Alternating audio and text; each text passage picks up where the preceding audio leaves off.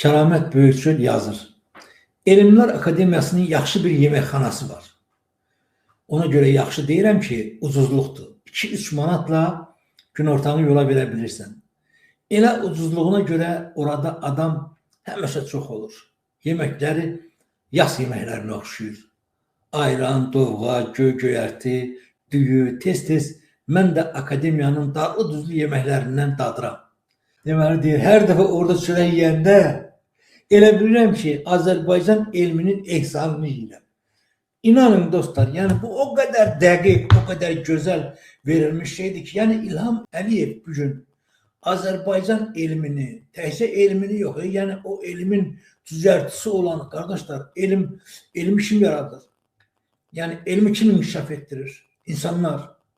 İnsanlar da Azərbaycanda artıq Əliyev inkişafı dayandırıb, yəni uşaqlar, bugün Azərbaycanda doğulan uşaqlar normal qidalanmır. Normal qidalanmayan adam normal düşünə bilərmi? O minimum, maksimum düşünə bilsə, deyək ki, İlham Əliyev kimi düşünə bilər. Başqa ondan yuxarı düşünə bilməz və İlham Əliyev də məhz bu adamları yığır oraya ki, təsəvvür edin, məsələn, mən deyək ki, bir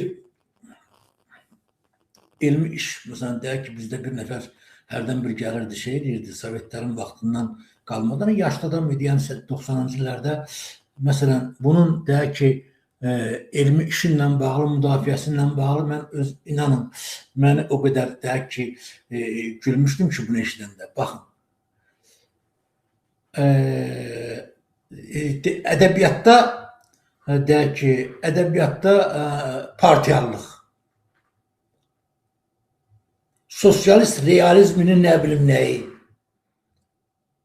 təsəvvür edin, o elmlərin alimləridirlər ki, artıq o elm bizdə yoxdur, onu biz atmışıq zibil yeşiyinə.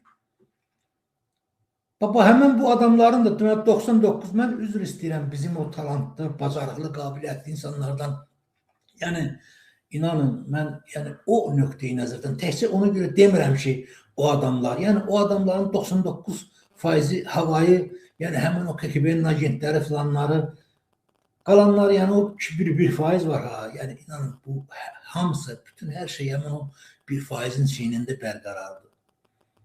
Təsəvvür edin. Bax, orada mən o qədər deyək ki, dostlar da böyle adamlar tanıyıram, məsələn, adı Elmlər Akademiyasında, harada işləyirsən Elmlər Akademiyasında, deməli, səhərdən axşama kimi o idarədə, bu idarədə, burada yarım ştat, orada nə bilim nə iştat, burada nə iştat, belə qaçıb dolanmaqla məşğuldular, yazdılar.